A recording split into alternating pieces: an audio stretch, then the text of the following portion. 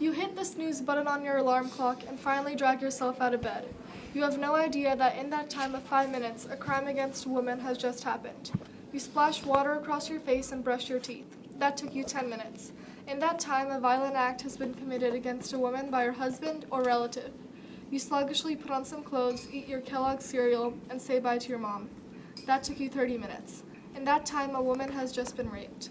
You struggle to keep your eyes open for your first classes and gratefully head off to lunch. That took you 4 hours. You have no idea that in that time, a dowry death has occurred. India is an amazing country that is still young and is an emerging power in Asia. This country has its roots in the world's oldest tradition and cultures that continue to thrive in today's modern age.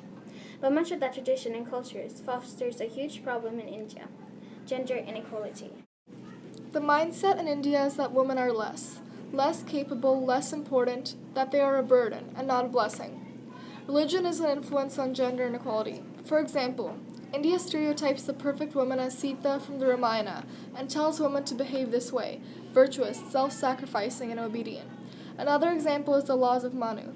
The laws of Manu, the Hindu equivalent of the Bible, state this belief well.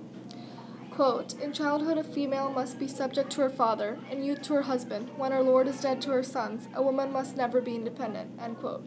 These views are not only held by men, they are held by women also and perpetuated through society.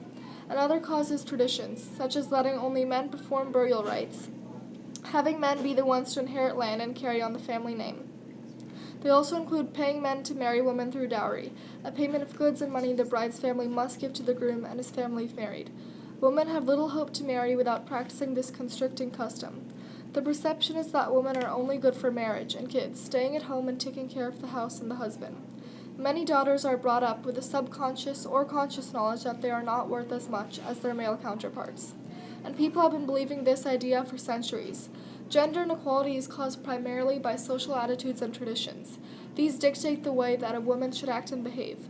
In rural India, for example, women do not go to school. Because of these attitudes, it has wormed its way into society, resulting in opportunities not existing for women and for many spaces to be unsafe or unwelcome for women. Women have less opportunities to break out of this mold because there are years of tradition behind it. To actions with disastrous consequences for women in India. Girls are taken out of school and are deprived of their right to education because their family wants to marry them off, take care of the house, or babysit little children. This is both an effect and a cause of gender inequality because they do not question their mindsets and are not aware of gender inequality in their life. In jobs in both the formal and informal sector, the number of men working far outnumbers the number of women, and even more so in jobs outdoors like security, gardening, construction, working, and jobs in technology. Few women are in high-ranking or high-paying jobs that are influential because many women lack qualifications because they drop out of school. Married to young men more than 5 years older than them exacerbates a power difference that often leads to domestic violence. Out of all women in India, about 1/3 of women will experience domestic violence in their lifetime. And in families where the child is perceived less than a boy child, this often leads to the maltreatment. Malnutrition is a huge cause of death in children aged 0 to 5, and many families spend more health care for a male child than a female child. Malnourished women give birth to malnourished children, perpetuating the cycle. That is, if they're born at all. Female feticide, where a girl child is aborted because of her gender, is more and more prevalent in India. The recent census in 2011 showing that children among the ages 0 to 6, there are only 914 girls to 1,000 boys. Compared this to 927 girls to 1,000 boys in 2001. And you can see how this problem is getting much worse. It has to be fixed. In order to eradicate gender inequality, women must be supported.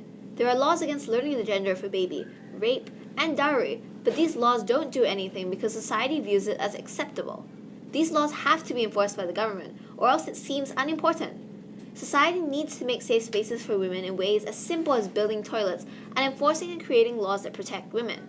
But not only that, the problematic belief that women are less has to change, and here are 2 ways in mind. Firstly, girls could be educated. Through education, people question their beliefs, and traditional mindsets can be changed to be more open and unbiased. A good education gives women the confidence to stand up and think for themselves. The second thing is raising awareness. Gender inequality is so pervasive that many parts of it are hard for people to see or even discuss.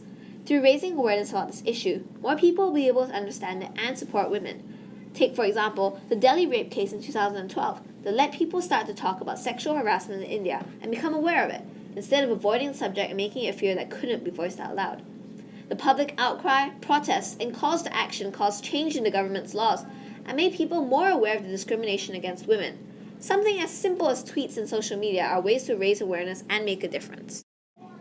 Making changes against gender inequality will take a long time, but it all starts with the support of the people. Changing the mindsets of one person is a hard task, not to mention a whole society.